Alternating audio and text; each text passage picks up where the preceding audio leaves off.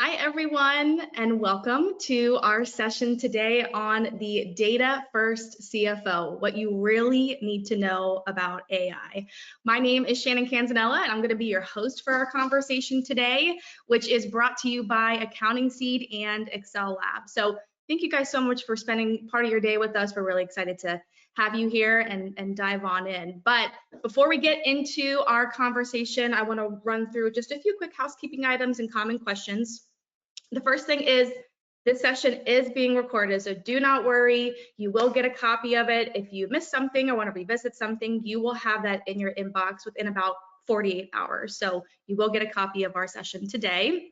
I also want to note on your side of the screen in the handout section, there's a couple resources there, but one in particular is an FAQ document that's pretty much based on the conversation we're going to have today around data and AI as it relates to accounting. So really want to encourage you to check that out and download that now so you have that before the end of the webinar. We also love to keep these interactive. So we will have a few polls throughout today's session. We'll stop and do those together. It's just our way to get your insights on today's topic and have a conversation with you in real time. So definitely participate in those. And finally, we will have a Q&A at the end with our panelists. So on your side of the screen, you should see a little question mark symbol. Click on that and add in any questions or thoughts that you might have, and we'll try to get to as many as we can towards the end of our session. All right, let's dive in and talk about why we're here today. CFOs, finance leaders, accounting teams in general haven't been considered just the number crunchers for a long time now, right? Along with being data analysts and true strategic partners to a business, they're now being expected to lead tech transformation across their entire organization, which is a pretty big deal. And these stats that we're seeing are pretty telling, so you can follow along on the screen with me. We're seeing that 53% of companies are prioritizing AI investments with the CFO leading the charge at the helm.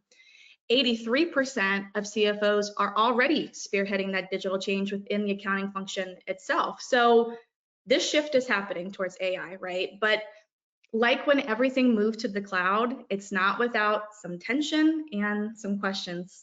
There's still a lot of confusion, a lot of hesitation around AI's impact, especially when it comes to where to start and whether it can be trusted to drive real results.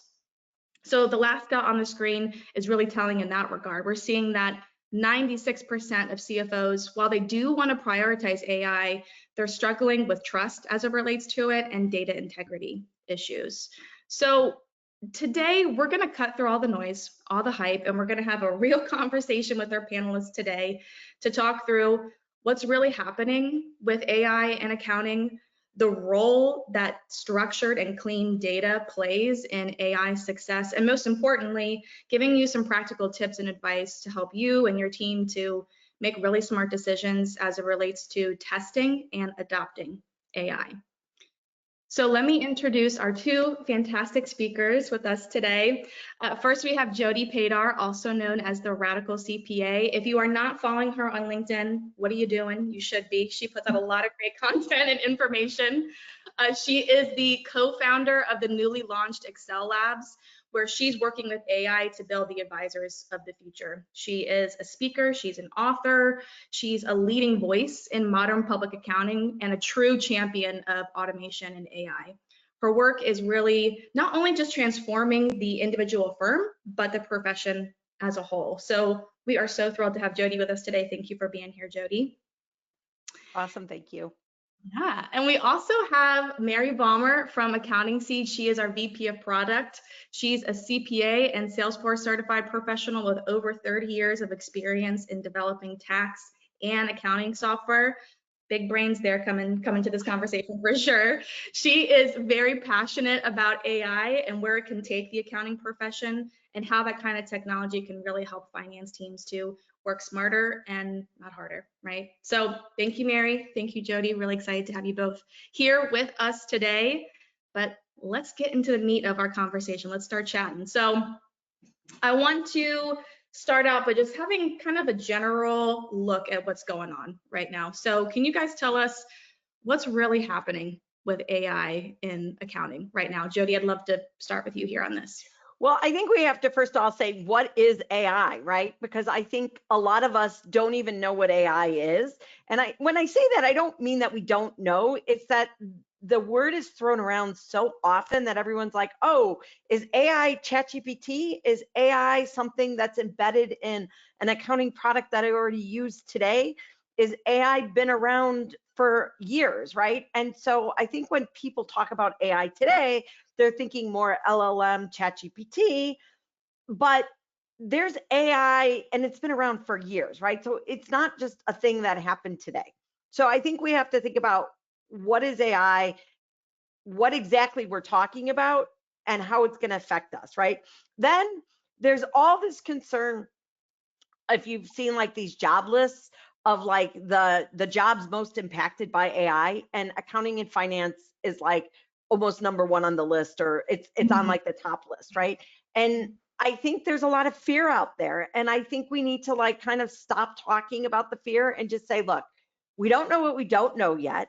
Things are going to change, our roles are going to change, and how do we prepare ourselves so we're ready for that change that's going to happen, because it's going to happen. Like, we don't have to worry about whether it's coming or not coming. It's going to happen.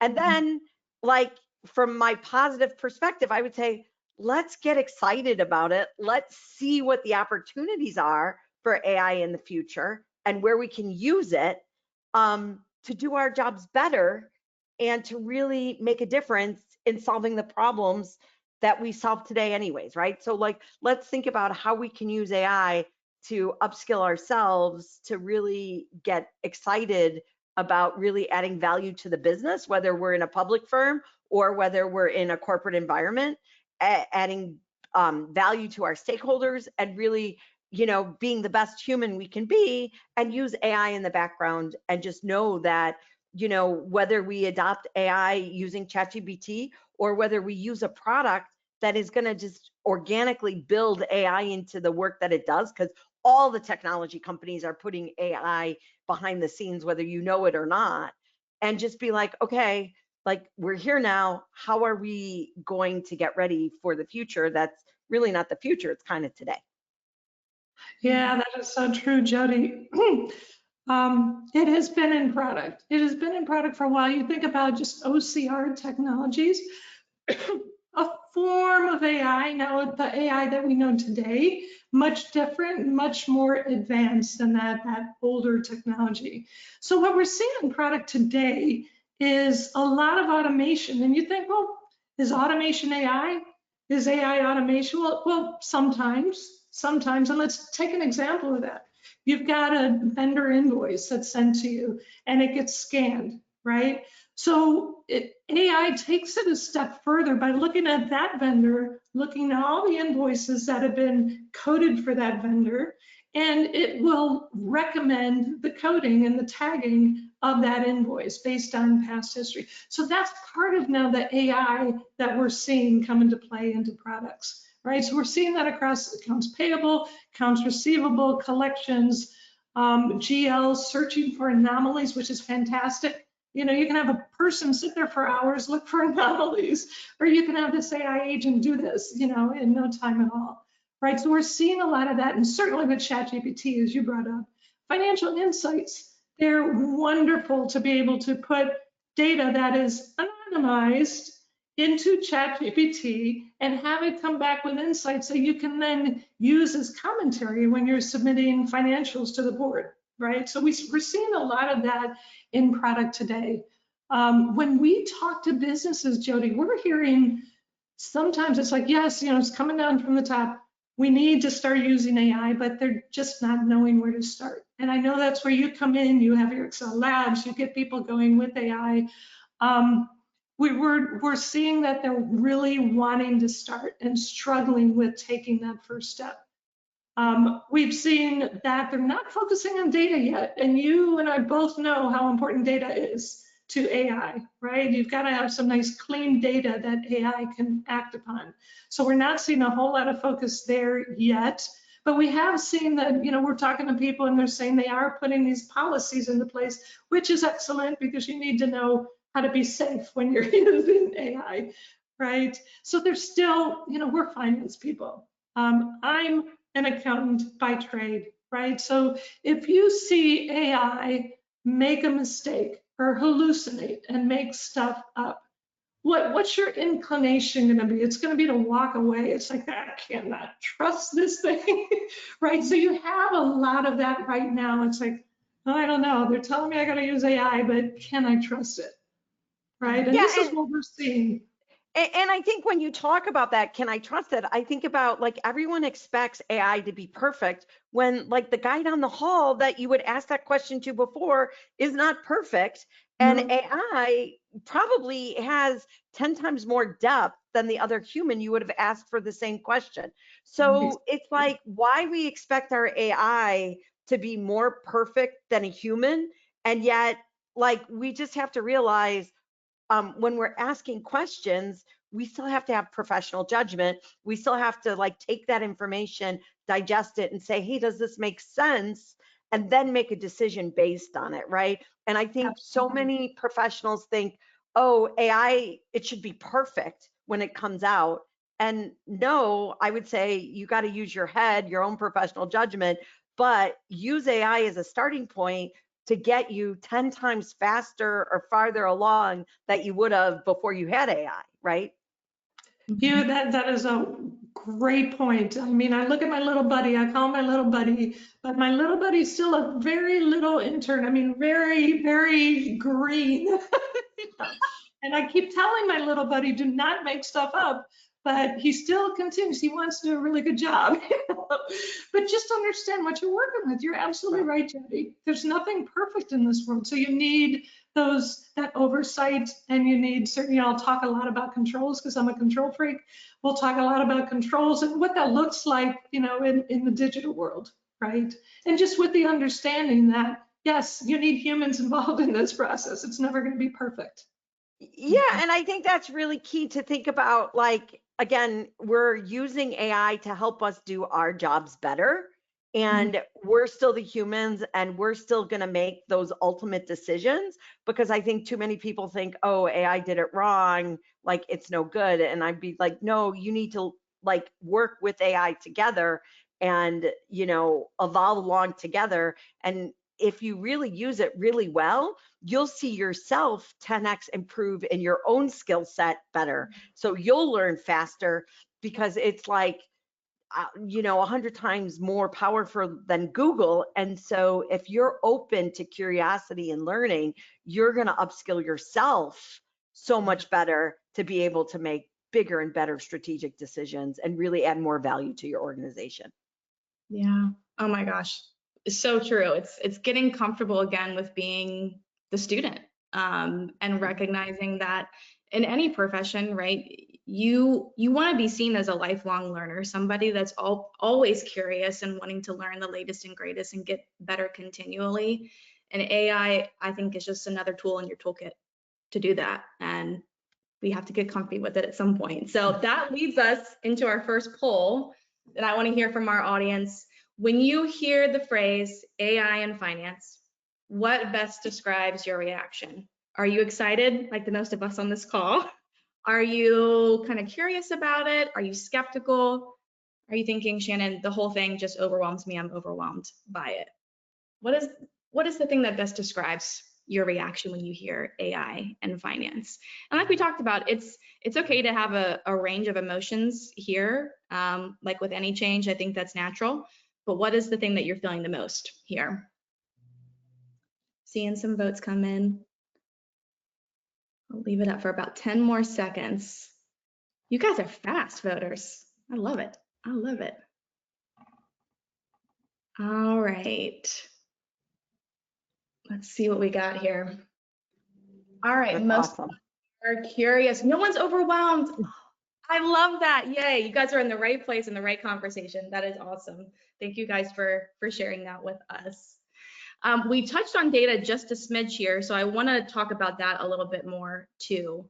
So panel, what should finance leaders understand and need to know about the connection between their data and AI success? Because like you alluded to, Mary, a lot of companies out there are just like, hey, use this AI tool and go, and everything's going to be great, without like talking about the nitty-gritty details of what it's actually going to take to make it successful. So I want to start there. What's the connection like between your data and an AI success? Jody, we can start with you on this one too. Okay, so when I think about data and unstructured data and data, like any other tool, garbage in gives you garbage out. So if you're not starting with the right level of data cleanliness, you're going to not get the right answer, right? Because it needs context to figure out what it's going to search through, right? And so you need to make sure you have good, accurate data. That's going to be probably one of your biggest battles in even using AI, is using it with the right data, the right context. The other thing is most people don't even understand how much unstructured data is in their firm, in their business, to understand the opportunity of AI, right? So when you think about unstructured data, before, unstructured, or like emails, right? Like you wouldn't really dig through your emails to find things. You had to like kind of search through them, right? Now you can send AI searching through all that information in your emails, and it can find things, right? So emails are a bunch of unstructured data. When you think about tools like Firefly or Otter, or like these meeting recorders, right? The reason they're so rich is because they have unstructured data that now becomes structured data that now you can do something with, right? Like maybe it's, turning it into the agenda for the next meeting, right? And so now we have all this extra data that we never had access to in our companies, in our jobs. So when people always say, oh, well, like, what are we going to do? And I just keep thinking, oh my God, you know how much more data we're going to have to figure out and do something with? Because now there's all this extra unstructured data that we just used to ignore it because there was nothing you could possibly do with it. And now it's like, oh, look, now there's more jobs we can like dig through to or more things we can do with that data, right? So I think it's really important to start understanding how much unstructured data there is in your business. It could be in contracts, it could be in all this other stuff that we used to never consider data before. When you look at actually accounting data, Mary said before about the AP and like the AP, right? Now, when you look at AI, it reads every field or every box as a piece of data. Before, it would only be maybe like the invoice and the amount, right? Now that you have every piece on that invoice as a piece of unstructured data that's now structured data, now you can go grab it differently. You can think about how you can access it and how important it is to do something different with, right? So I think we have to, first of all, start thinking in terms of data, not in terms of a financial statement, not in terms of a P&L and our balance sheet and a dollar amount. I think we need to kind of reset our accounting minds and say, look, there's data everywhere in our company. Where and how can we access that data to do something cool with it, to add value to the business, right? Because ultimately that's what we need to do, is add value to our businesses. It's not just about the data. And then it's, okay, now that we have access to this unstructured data, how do we start structuring it so we can make sense of it and do something with it? When I think about like public accounting firms, I think about like you have all these small businesses, and are they standardized, or do you have 100 different snowflake clients, right? So how do you start making your clients all uniform so you can actually attack their data in a strategic manner, as opposed to letting them be all different snowflakes and all over the place? And then it becomes to, consistency and clarity and really having the ability. And I think what's really cool about Accounting Seed, again, is it's in one platform, and that data is kind of, it leads itself to be a lot cleaner than data that's all over the place when you're linking this and you're linking that, and you're kind of in app overload, right? And when you're in a common data place, now all of a sudden you have a lot better opportunity for your results to be right, because you're starting with good data. And I think ultimately that's what we want, because we don't want to be always chasing things to see if the data is right. And I would say that's what accountants do 50% of their time today, is dealing with data and making sure that whatever we exported to Excel is now clean because it got updated somewhere else and now we don't know where we're at. And and then you chase your tail. And now we got to come to the place where, like, okay, we're all on a unified system, we all have clean data, and now our AI and our agents can actually make sense of that data in a lot more structured manner. Wow, you touched on just about every point that I was thinking about with respect to data. I mean, you nailed it, Jody. Data is, garbage in, garbage out. It's, AI cannot act upon data if it's not good data. So you're looking at your data and you're looking at how you're recording that data, whether you're taking it from unstructured to structured. You've got to look at how that data is getting recorded in the system. And then is that being recorded in a consistent manner, right? And is it being recorded in a timely manner? Is that data going to be reliable? Because only when you get to that point, you'll be able to really maximize the benefits of AI, right? And so when you talk about the different data pipelines and, you're integrating this and that and everything, it does make that process a bit more complicated because you may have some delays in when you can get all of that data consolidated. So really you want to look at, where is my data across all of the systems, and is it reliable today, and how is it being recorded, and how timely is it, and how reliable is it? Focus there. If you're coming down from the top and they're saying you've got to use AI and you got to use it today, focus on the data. That's going to be really important. Really important. And I hadn't even thought about the fact that unstructured data comes through the email, and you talk about AP again in that whole process. When we talk about data, it's your unstructured data in part, right? So it's the emails. Look at how your vendors are sending you that and how that information is then going to get into the accounting system and how you can make that more reliable, more consistent. Yeah, so true. And I think to that point, a lot of companies are obviously wanting their finance function to start using AI, and that can be really overwhelming. And sometimes they don't even know what they're asking. They're just like, hey, AI is here, use it. Yeah, and exactly. for our accountant fellows, right, it's giving you the opportunity to say, okay, I hear you, I want to do that too, but here's where we have to start.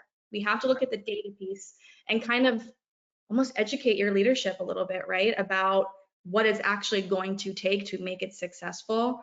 And it will probably open the door for some really good conversations to get your data in the right place, whether you were going to use AI or not. That's what you want, right? So it's good conversation starters, right?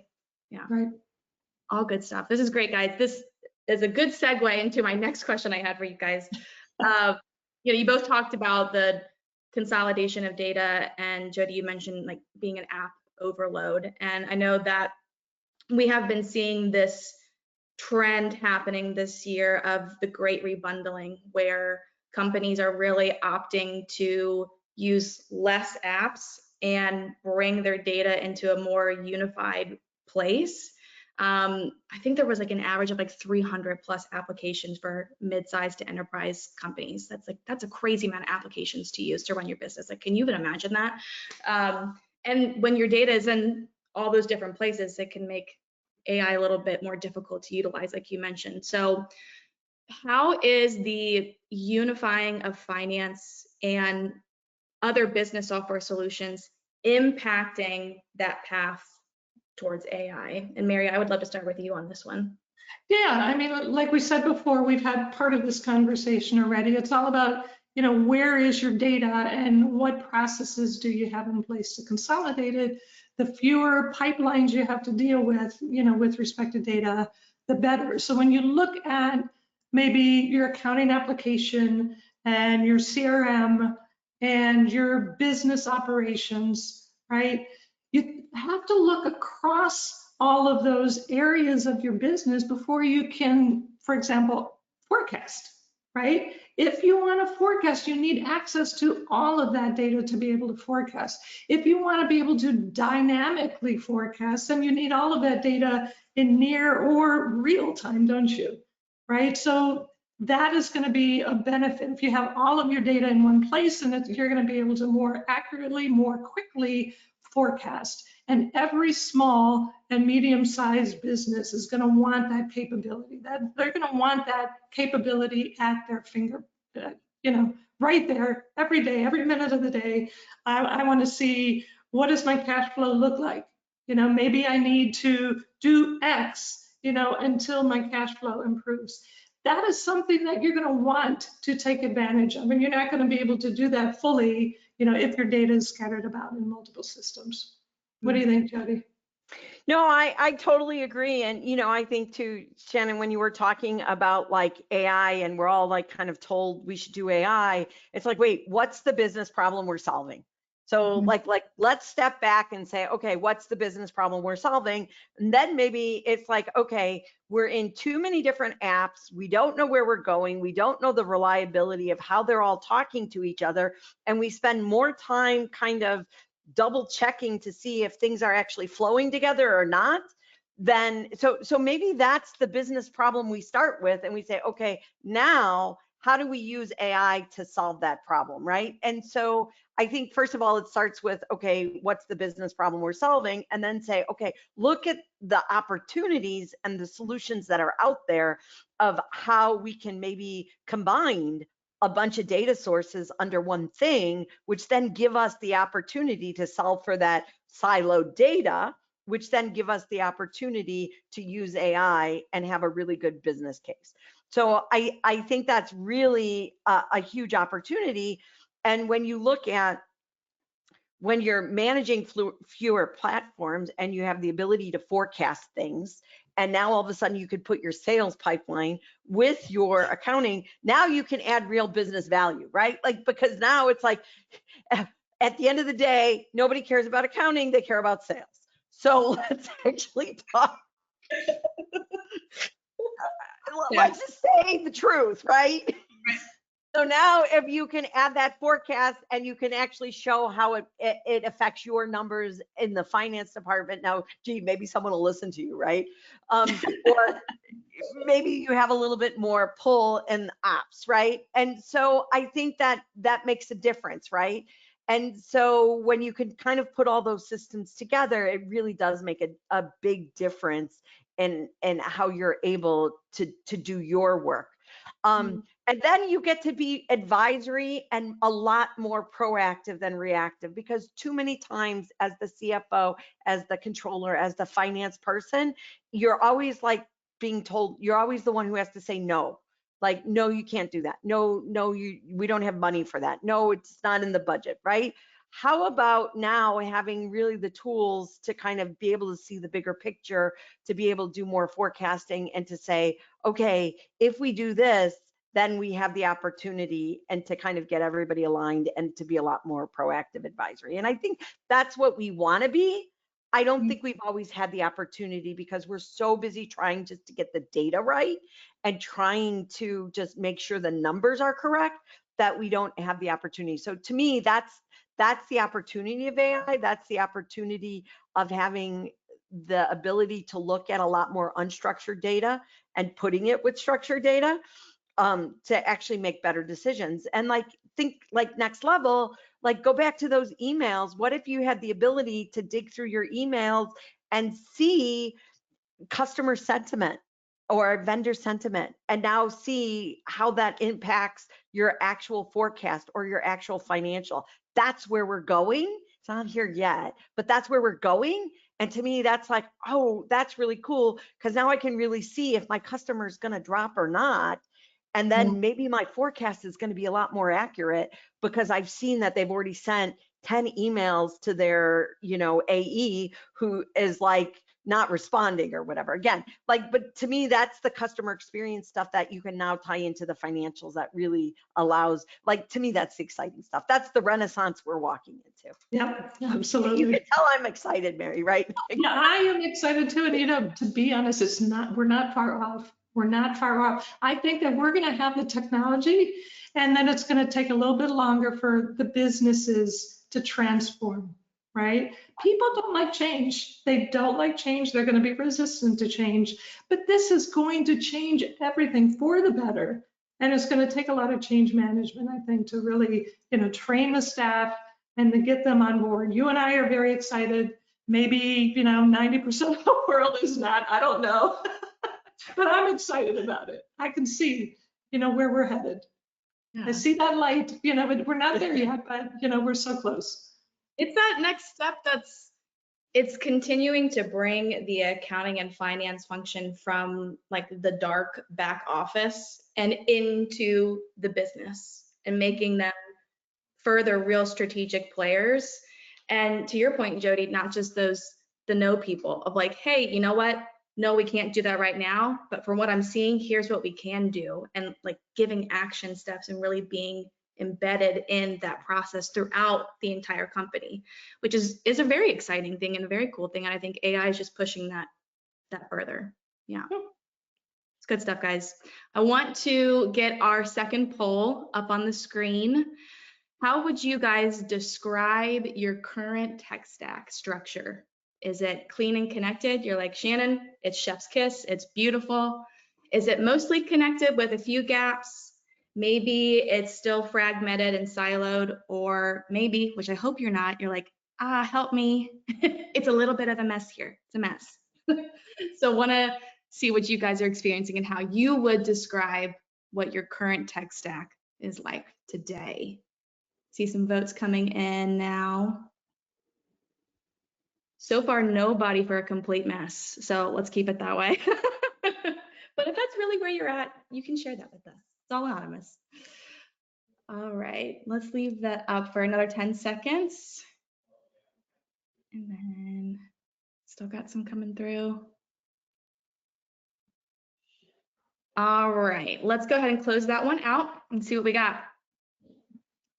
All right, mostly connected with some gaps. Right after that is fragmented and siloed. So, okay, you're in the right place. Again, glad you guys are here and having this conversation, and hopefully some of the next things that we're going to talk through will be helpful to you in that regard. So, thanks for participating in that.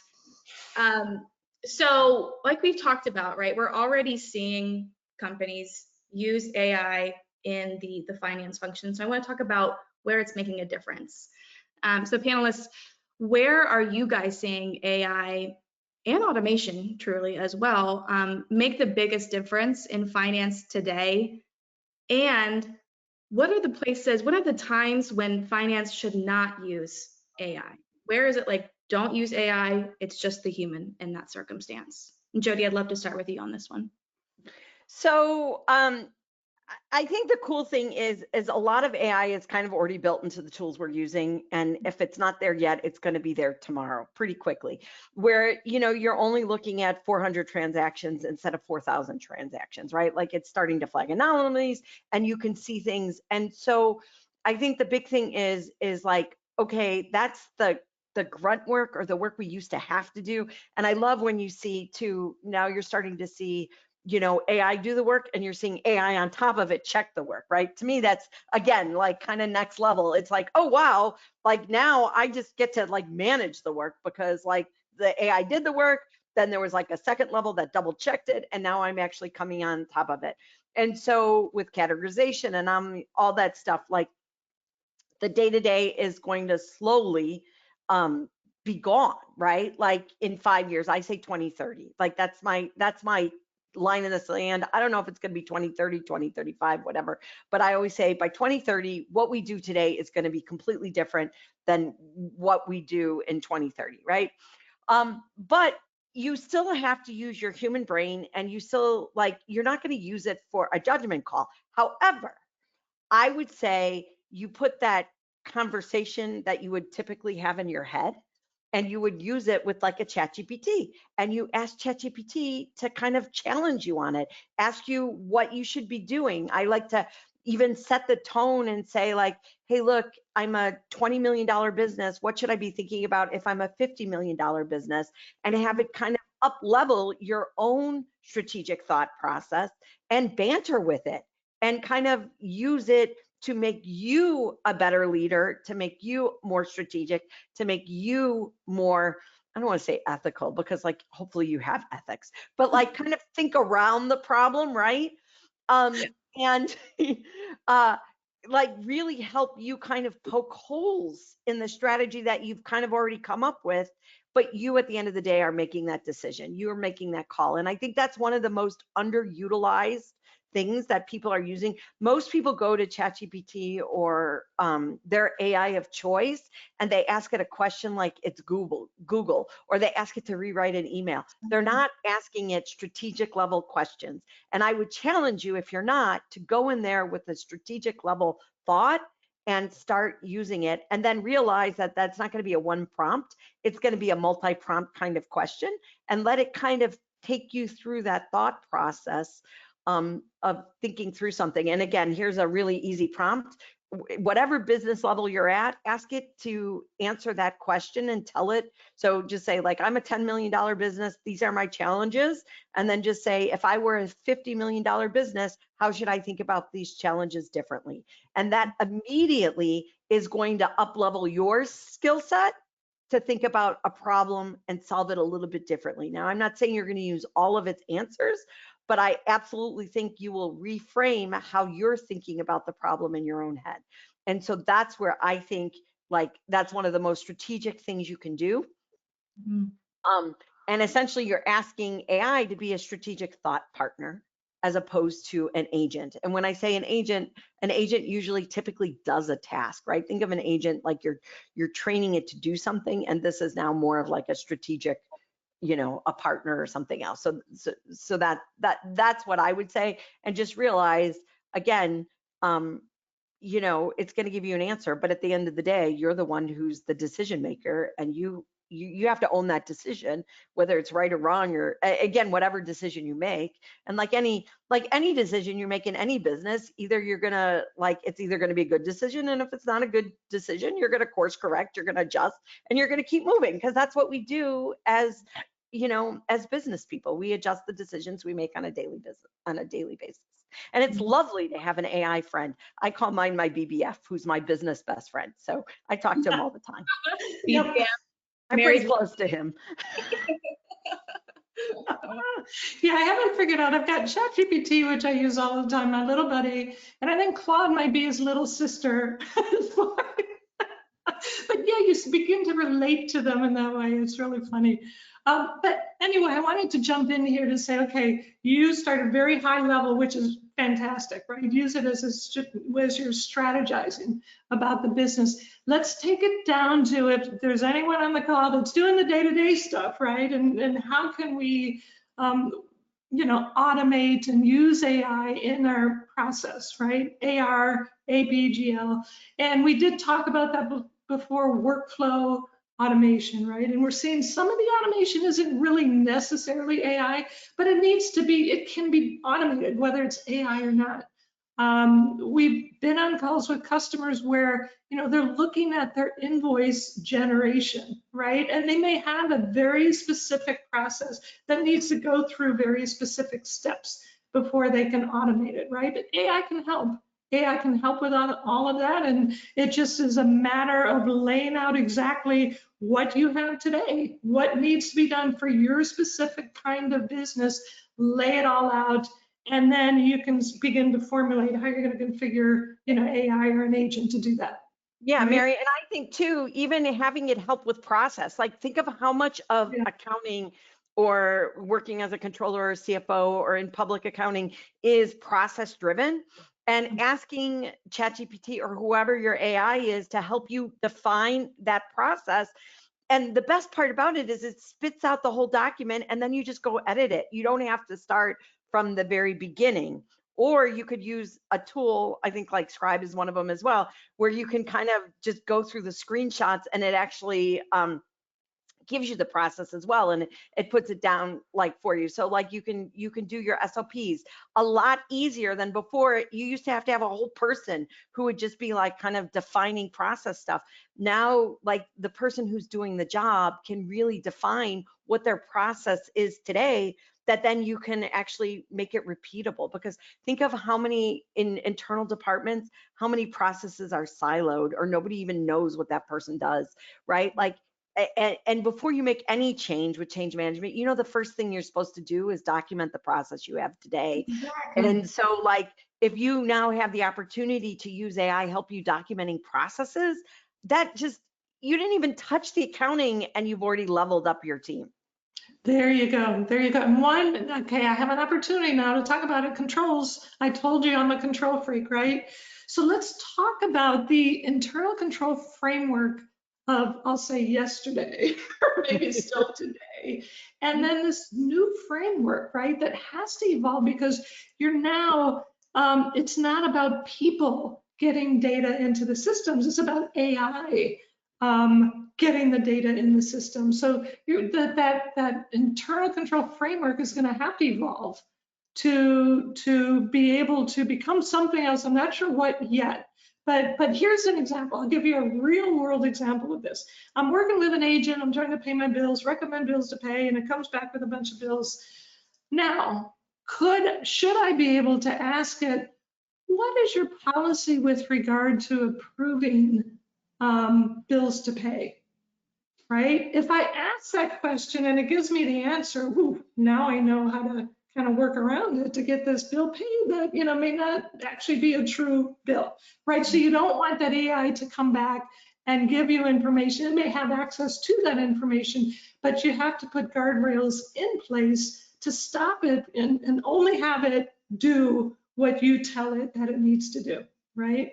So that is going to be super important. So just like we're documenting processes, I think that everyone should also focus on documenting internal controls and then thinking about that for those processes. They're very specific processes for their business and the controls they have in place today. What controls are they going to need for these digital agents and AI to make sure that that data stays accurate, reliable, right? Consistent. Well, right, there's risk there, right? Like anything, right?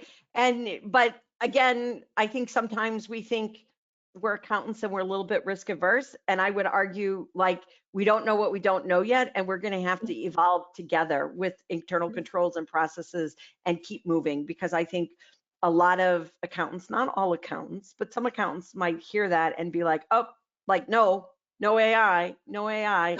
And I would say, if you don't, you're going to be behind. And the reality is your team is probably using AI anyways. So even if you say there's no AI or your company policy says AI is out, guess what? Just like mobile phones, when mobile phones were first banned in accounting offices, I don't know if you remember that, but like the internet actually used to be banned. When I first started out of school, like the internet was banned in my first, wasn't until the internet like kind of gained more acceptance. But again, like your team is already using it. So you're in a better position to figure out the policy and how you're going to work with it than just saying, no, we can't use AI in the business or in the firm, because they're using it. They're using it for Excel, right? Like they're getting caught in an Excel thing, and the first thing they do is put in ChatGPT and they say, how do I fix this Excel formula? That's like the most no-brainer way to figure out how to fix an Excel formula that used to take forever to figure out before. And now it's like, oh, just let ChatGPT or Copilot or whatever figure it out. Yeah, I was going to say Microsoft Copilot, right? That right there in Excel, they could use that. Right. Yeah. No, it's true. It's like it's already being used, so you might as well figure out the best way to use it rather than avoiding it and putting your head in the sand, right? We can't live like that anymore. It's not gonna work. Not gonna work. All good thoughts, guys.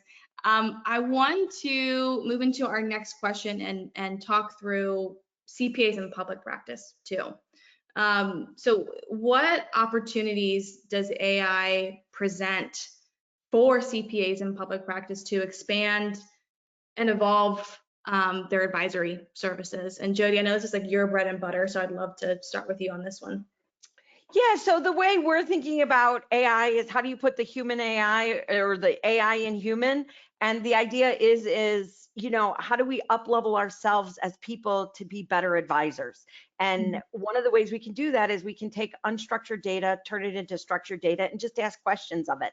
So when you think about phone calls or and using a Firefly or an Otter or one of those tools, you can then upload that information into an AI, and you can see how you show up as a person, how you show up as a leader. And to me, That's the fun stuff, right? Because we know that in order to be relevant as we move forward, as the AI is going to do a lot of the work that we currently do, we're going to have to get more human. And I would argue that we all have that skill set. We just were never trained in it. Just like everyone could be a salesperson. Just if you've never had sales training, how would you know how to be a salesperson? And so for those of you who have always been in a compliance role and you want to get to an advisory role, but there are now options to help you up level your skills to get to be more advisory, because at its core, AI is just pattern recognition. And what pattern recognition is it tells you how you show up as a person. And if you use that pattern recognition to understand you as a leader, then you can show up as, I'll say, a better human. And that's what really we're doing at Excel Labs, is we're really putting the AI in human, or the human in AI, and we're helping professionals become better leaders, better advisors, because we know as a lot of this work gets automated, the work we do as humans has to change, and we have to up-level ourselves to be better humans. Yeah, absolutely. And like you said, as things become more automated, it's going to free up time. So that's certainly one area to focus on. Think about the services, the additional kinds of services that firms can offer. We've been talking a lot about data and AI. So there's this data readiness consulting, right? They're all going to, what is this? Everybody's telling me I got to look at my data. What do I need to do? Where do I start? Go to your CPA, have them help you, right? Get your data ready. So that's a completely new service that you can begin offering. Another service is, okay, again, I'm all about controls. Audit your AI. It would be good to have that kind of service, to be able to go in on a regular basis and audit the AI to make sure that it's producing the right kind of output and the controls are in place. Your data is accurate, your data is compliant, right? Something, and I'd love your thoughts on this, Jody, it's going to free them up to do all of this. They're going to be able to scale. So what should smaller firms especially be thinking about when they can all of a sudden be able to take on so much more? So I think the exciting part is, think about being able to go home on time, right? Like, think about, like, why do we have to work more? Why can't we just work 40 hours a week? Wouldn't that be amazing? How many accountants live either between closes or they have a tax season? I don't think there's any norm. Well, I would say there are people who have structured their businesses, because my business was structured like this years ago, but who have structured it to work, like, I'll say regular hours. But the traditional accounting mindset has never been about working less. It has always been about, oh, I have a busy season. Oh, I have close. Oh, I have to work this weekend because all of this stuff gets done. And I would say, how wonderful will it be when a lot of this automation takes away this work and we get to, like, actually go home on time? Like, to me, that's a huge win. And then the other thing is thinking about, what do you want to do? And do you want to scale, or again, do you want to work less, right? Because I think everyone has different ideas of it. But I believe at the public firm level, you could be $1 million per full-time equivalent. That's where I see the opportunity. I don't know where your firm, or what the audience sees, but I truly believe that with the right mix of pricing and the right mix of AI, you can really get there. And I think, again, I'll throw in pricing. If you're used to pricing your services, or AI is an amazing place to put pricing. But here's the thing: if you're used to billing by the hour and now you have AI, don't put a line item on your invoice that says AI fee $100 or $400, whatever. You really need to start charging based on outcomes and what you deliver. You can no longer bill by the hour. It wasn't relevant 20 years ago, and it's even less relevant today, because how do you bill for 2 seconds, or how do you bill for, I would say, probably 20 seconds? Exactly, that is such a key point. Like you said, this conversation has been going on quite a long time, but there probably still are firms that are billing by the hour. So that is certainly something they're going to have to think about now. For sure, outcome-based pricing. Yeah. I love it. I'm thinking, my marketing mind is the next campaign is just go home now, go home on time. That's what it is. It's true though. And it's exciting to explore what the possibilities are in AI, not just for CPAs and in public practice, but just for the profession itself. And it's a great conversation, guys, loving it. We touched on this a little bit already, but want to kind of expand upon the things that companies should have in place before bringing AI into the fold. So what should finance leaders, even business owners, CEOs, right, put in place at their companies to make AI successful and safe inside of their organizations? And Mary, we can start with here. You were really passionate about these controls, so I want to start with you here. Well, in this case, I'm going to start with, talking about those clear goals. Everybody should have clear goals today, right? But start with your use cases. That's what I do when I'm developing software. I start with the use case. What is the problem I'm trying to solve? And maybe in your business, you want to speed up close by 20%, or you want to increase ARR by, a certain amount, or decrease, DSO, whatever it is. You should have those clear goals in place. You're not using AI just because everybody else is using AI or because you were told to use AI. Think about how, what goals, what ultimate outcomes you're after. And then think about AI, how AI can help you with that. And then build those teams. And when we talk about teams, and this is really relevant to anything, finance is kind of going in there and leading the way. So it's relevant in all aspects of the business. Create those cross-functional teams that include IT, that include the finance team, include operations. Create those projects with very clear objectives, and don't forget those guardrails. Think about the guardrails, because maybe the IT team is going to help you put those guardrails into place. You need very strong AI governance. So I would, highly recommend, when you are thinking about this and thinking about those projects, think about AI governance as well. Train your staff. Jody, you've had lots of discussions about this. I'm sure, we just talked about it briefly before. The staff is going to need to be trained. They're going to need to be on board and ready to go with that. And really, at the end of the day, you need to monitor it then. And we don't talk a lot about monitoring AI. We monitor the business, and that is certainly really important. You want to monitor the business and monitor the outcomes. You also want to monitor how your AI is doing, because there may be areas that can be improved, and you're not going to know that unless you have some monitors in place on your AI itself. Yeah, great points. Jody, anything to add? Yeah, I would just say people. It's all about people. And at the end of the day, AI, it's not something you can just go to one webinar and say, oh, I know AI. It's you really have to be in it. You have to try things. You have to experiment. You have to iterate through it. It's not something that, when we talk about training, it's ongoing. The AI is changing constantly. It's moving really fast. In fact, sometimes it can feel overwhelming. Don't get overwhelmed. Just pick one thing and just keep at it. So I think that's the big thing too, when we think about how our teams are going to kind of adjust to it. And, the policy and all that governance is huge, but we're people, right? People business. And so we just have to make sure that our teams kind of approach it with the right curiosity, and they keep iterating through it. And that if you have people who are a little bit scared of it, get them engaged in it in a way that they can do it, right? So really simple use case, my brother-in-law takes at the grocery store. I wish I was my idea. It was his idea. At the grocery store, he took a picture of the watermelons in the basket and he uploaded it to ChatGPT, and he asked it what watermelon he should pick, right?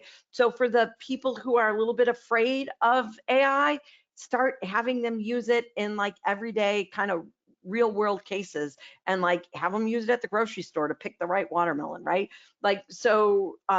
Everyone can use it, but you're going to have to work with your team as to how they're willing to adopt it. And just like I said, it's something you have to touch. It's not something you can just go to a webinar and say, oh, I know AI, right? It's not going to work like that. Yeah, I love that. It's important just to test it out and try it. And so I want to point out again, in the handout section, that AI FAQ is a really great resource, because in that FAQ document are some little examples for prompts that you can ask AI, ways to ask AI. So make sure you download that document if you haven't already. It's a really useful thing for you guys on the call. I want to get our next poll up on the screen. Let's go ahead and do that. What is your biggest barrier right now to using AI in accounting? Is it data quality issues? We talked about data a lot today. Is it budget? Maybe you're looking at different options and you're thinking, maybe it doesn't fit right now. Is it lack of skills, just that understanding? Maybe you're trying to get leadership buy-in and they're not about it right now. Maybe that's a barrier. Or maybe you're just unsure where to begin. I know there's a lot of AI tools, a lot of options out there, and not really sure maybe where to start. So what would you guys say is your biggest barrier right now? See a lot of votes coming in. All right, let's leave it 5 more seconds.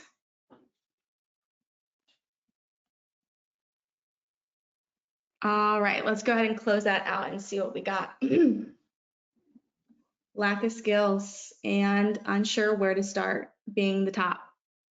That makes sense. It's a lot out there. There's a lot of noise, a lot of hype out there about AI in general.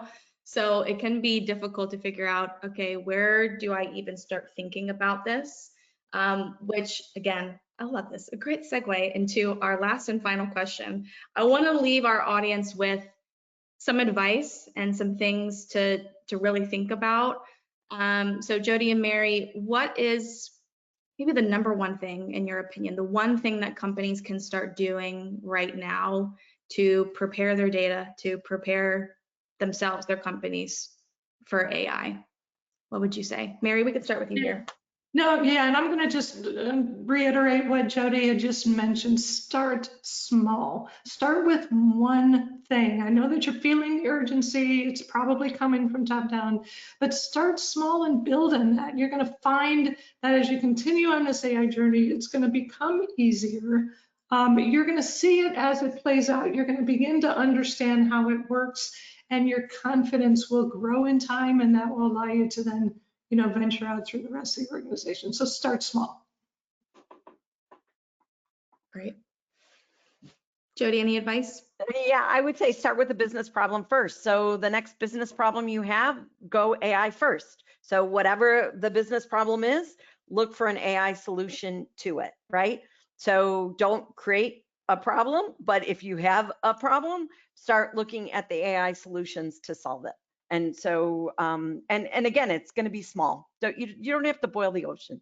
Like, let it just be something simple, and get that win, and show your team how it worked, and show your team the time you saved and the process that changed, and then build from there, because you can't wait, right? Like, that's the thing, is you can't wait for best practices anymore. You have to iterate through it. You have to learn, because AI is something that the change, you actually have to learn through the change. It's not something that you can just wait for someone else to say, oh, they did this and I'm going to do this now, because you'll be behind. Yeah. Great advice, guys. Thank you so much for this discussion today and for sharing your insights and perspectives. Really appreciate the both of you. I have seen a ton of questions come through. So I want to jump in and get to those already. For those of you listening in, if you haven't asked a question and you want to, please do so now. We'll try to get to as many as we can. I know we're at the top of time, so we'll try to get a few in here. Let's see. Okay, this is a long one, but I think this is a good one. Our company seems to expect us to be AI experts immediately. How much training is required to become an expert, would you say? We are told if we don't use AI and chat, they will find someone who does. Having 40 years of experience in accounting, but AI is seemingly valued over that right now. So I love that question, because I would argue, or I would say, get into a chat and ask chat to help you learn, right? Like, that's the best thing. You can't sit and say, I have experience, and you have it's a hands-on kind of learning. So get into ChatGPT or your AI of choice, and just start and ask it. And the best question you can say is like, you just ask me that question, put that question in ChatGPT word for word, and have ChatGPT answer it for you. And it'll be really cool, because it'll probably come up with like a checklist of things you can do. You can even ask it for a checklist. Yeah. Yeah, that is absolutely spot on. I have used it in what we do. We develop software, right? So sometimes I'm stuck. It might be a user interface problem, or it might be some other kind of problem. And just the other day, I had asked it a question about this certain problem, and it came back with something that was kind of related but unrelated. I'm like, oh my God, I never thought about it in that way. So it's just absolutely amazing. Give it a little bit of context. Like for me, I'm a product manager, work for a software development company. We develop accounting software, and this is, the problem that I'm trying to solve. So that will help. The more context you give it, it will help in the response that you get back. But absolutely start using it today. It's amazing. Before I started using my little buddy, I mean, I was like, yeah, okay, I see everything in chatbots, blah, blah, blah. But then when you start using it in everything that you do every day, you realize the potential. It is amazing. Mm-hmm. Yeah, that's great. Thank you, guys. Yeah, I agree. Just start trying it and, playing around with the prompting and becoming more of a prompting expert too, to begin with.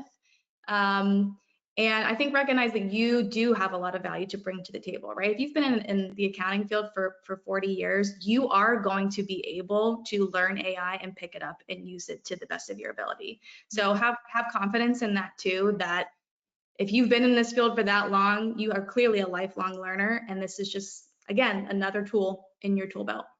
We actually have an AIQ tool that you can download from Excel Labs Academy, and you can see what your AIQ is. So you can see how well you interact with AI. So you can check that out as well. You probably know more than you think you do. Yeah, that's a great point, great resource too. We'll take a couple more questions. Let's see. Okay, this one is, hi, I'm currently using Sage 50 and I'm interested in exploring AI tools for accounting. Could you please suggest what the first step would be to start using AI, and what kind of system or tool you would recommend for it? Okay, so I know a little bit about Sage. And I know that they are incorporating AI into their product. So you've got that. You're going to have AI incorporated into your product, but you're also going to have these models that we've been talking about, ChatGPT, Claude. If you go and you ask, you go into one of the models like ChatGPT and you ask, what are some of the AI tools available to me to help me in the work I'm doing? You'd give me some ideas of how I can use AI while performing, doing collections, right? And it will give you some ideas on how you can work with that. So again, ask AI how you can use AI, and AI will respond and give you lots of ideas. Yeah, that's great. You'll probably ask it and you'll get like sucked into like a 3-hour thing, because that's what happens.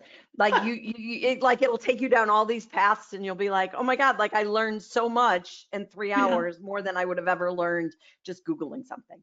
Yeah. So true. So true. Okay, we'll take one more. Let's see.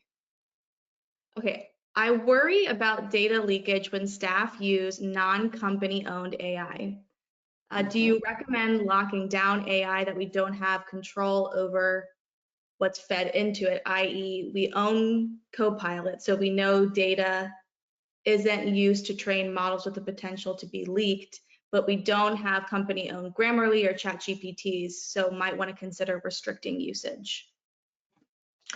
Yeah, so again, control freak here. I'll just admit that. Yeah, you definitely want to, again, have your AI policies in place. You want to be able to train your staff on AI so that they understand. They just need an understanding of what they can do, what they cannot do. And then yes, you can have enterprise, accounts, right? Where you can lock certain things down. Okay, so you can do all of those things. Mm-hmm. Yeah, I think it's about too, like letting your team know what's acceptable and what's not, what they can put up there, what they can't put up there. I mean, we know common sense is not always common. So like, we just have to like explicitly say, hey, look, if it's got client data in it, you can't do it. Also realize in ChatGPT, there's ways to turn off, even if they have the $20 a month subscription or whatever, where it's not training the model, right? So there's simple ways to do that. But if you don't know anything about it, then I think what we default to is no. And the reality is maybe it's, okay, yes, and, right? So like, let's think about how we can kind of work through these things so that we're not so no. And it's like, okay, we can do these things, but we have these limitations. But then you have to communicate that to your team because they're not going to know unless you tell them. Yeah, and just make sure, just as a final note, make sure that when you're working with AI and it gives you the results, that you're checking that. If you're going to be presenting this, publishing the results, whatever you're going to be doing, look at those results because sometimes it's not perfect. Just like your little intern isn't going to be perfect, right? That you bring into your business. You need oversight and review. And we've seen that, haven't we, Jody, where people have not looked at this, and these are like, science publishing papers, and you look at the footnotes and it's like, what? I mean, it makes stuff up. Mm-hmm. Yep. You can tell when somebody posts something on LinkedIn that they just copy and pasted straight out of ChatGPT. Oh, yeah. Original idea. Right? It takes oversight. You still want to bring the human element into all of it. Yes. Right. I know there was a lot of questions in here. If we did not get to your question, we will respond and follow up with you. So thank you guys for participating. I want to get our last and final poll up on the screen. This is a multi-select, so if there's various things you want to see more of, let us know. If you want to be invited to future webinars, get some more resources, we'd love to share that with you. While you're responding to that, I want to remind you again in the handout section to download that AI FAQ document created by Jody and her team. Very helpful if you are in that place where you're kind of skeptical about AI and unsure about its usage. That's a great document to have on hand. And the second resource in there, we talked a little bit about sometimes to use AI properly, it takes moving to a different solution. And maybe that might be a new accounting solution, a new CRM, who knows, right? But this project checklist that is in the handout section will help you determine when it's the right time to make a move to a new solution, what questions to ask of your team and yourself, and just what to consider in general when looking into new software. So definitely check out that handout as well. All right, we'll go ahead and close that out. If you said yes to anything in the poll there, we'll follow up with you and share some resources. But if you want more content like this, check out the screen. We've got tons of things for you guys. You can subscribe to Jody's newsletter, The Radical CPA. She did also mention that AIQ self-assessment that you can find on excellabsacademy.com. And if you got our email this morning, it's also linked directly in there for easy access. So you should take that and get a little bit familiar to see where you stand in the AI realm, right? How much do you know? Again, you might know more than you think. And last but not least, we have tons of live and on-demand webinars here from Accounting Seed. So you can go to our website and check out those resources at any time. But again, thank you, Jody. Thank you, Mary. That is it for us today. Thank you all for joining on the call. And until next time, have a great rest of your day. Bye-bye. Bye, guys.